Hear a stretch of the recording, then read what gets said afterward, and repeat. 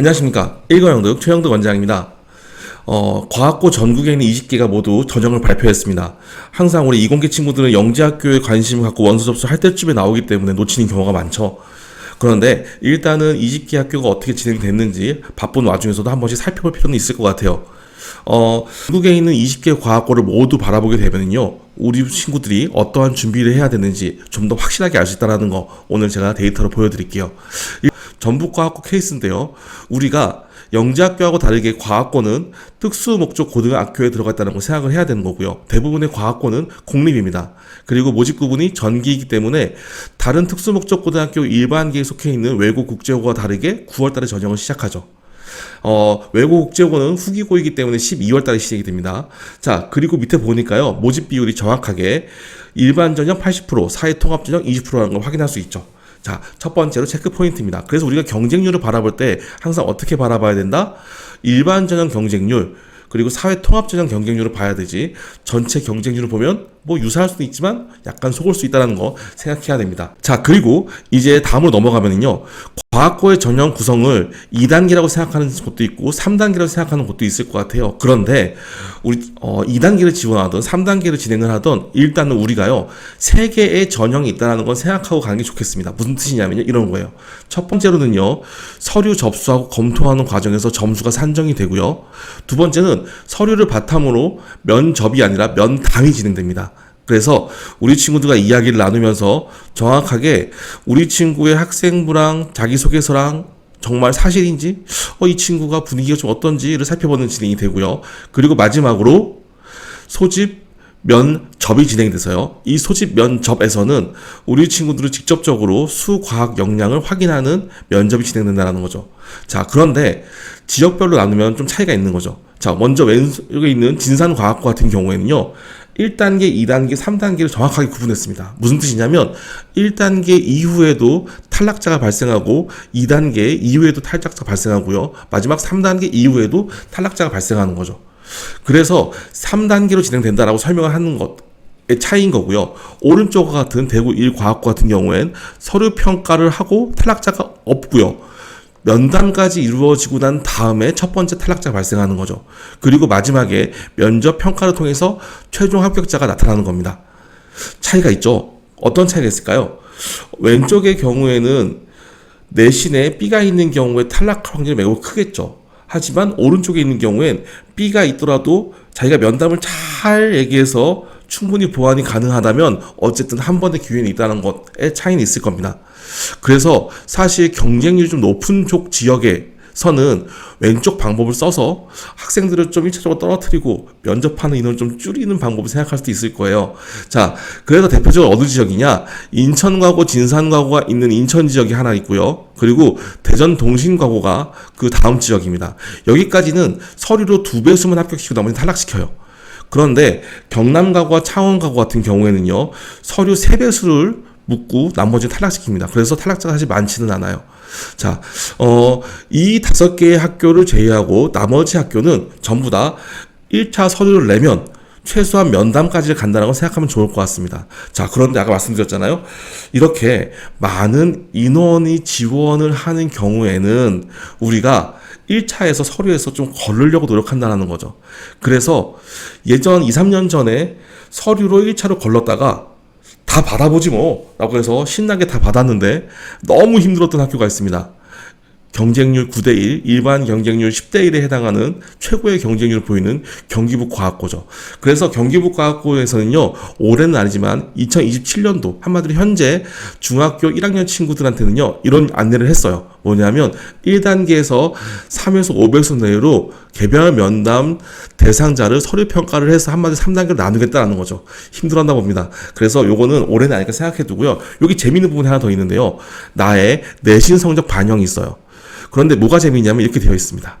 중학교 1학년이 중3이 될 때에는요, 1학년 2학기 혹은 1학년 1학기에 일반 학기라고 생각하는, 즉 자유학기 제외하고 일반 학기라고 생각되는 것도 내신을 평가하겠다라고 정했습니다. 자, 그래서 깔끔하게 딱 나왔네요. 경기도에 일단 1차적으로 그럴 거예요. 뭐냐면 지금 현재 중학교 1학년부터는 중학교 1학년 내신이 우리 고입에 반영된다고 생각하면 될 것 같고요. 단 중학교 2학년이나 중학교 3학년 같은 경우엔 1학년 1학기 혹은 1학년 2학기에 나인 내신이 반영되지 않는다라는 거 생각하면 깔끔할 것 같습니다. 자, 이제 다음으로 넘어가 보죠. 그러면 서류부터 시작해서 각 학교별로 어떠한 특징이 있는가 좀 생각해 볼게요. 자, 첫 번째로요. 내신 반영 학기가 조금씩 다른데요.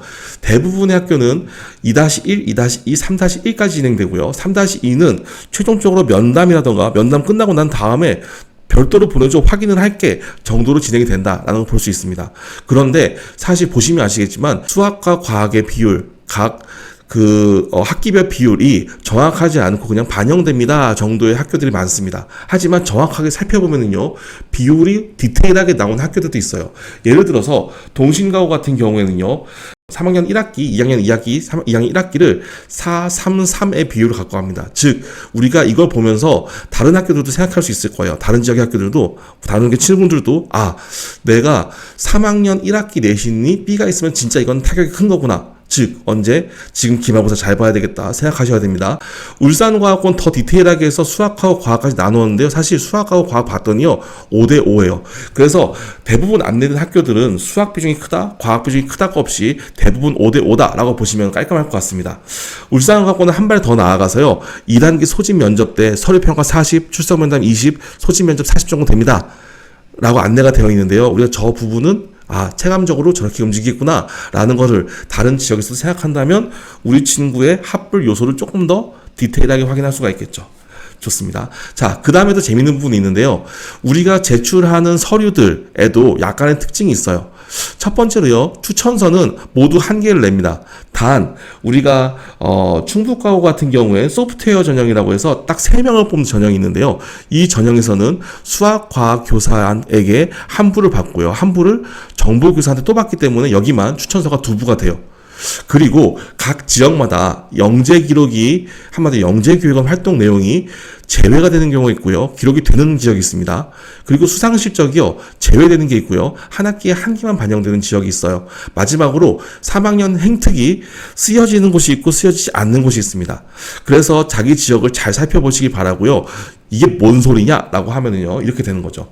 세종과고 같은 경우는 저렇게요, 수상을 제외합니다라고 완벽하게 써 있고요. 3학년 행특서 및 종합 의견 제외합니다 라고 완벽하게 써 있어요.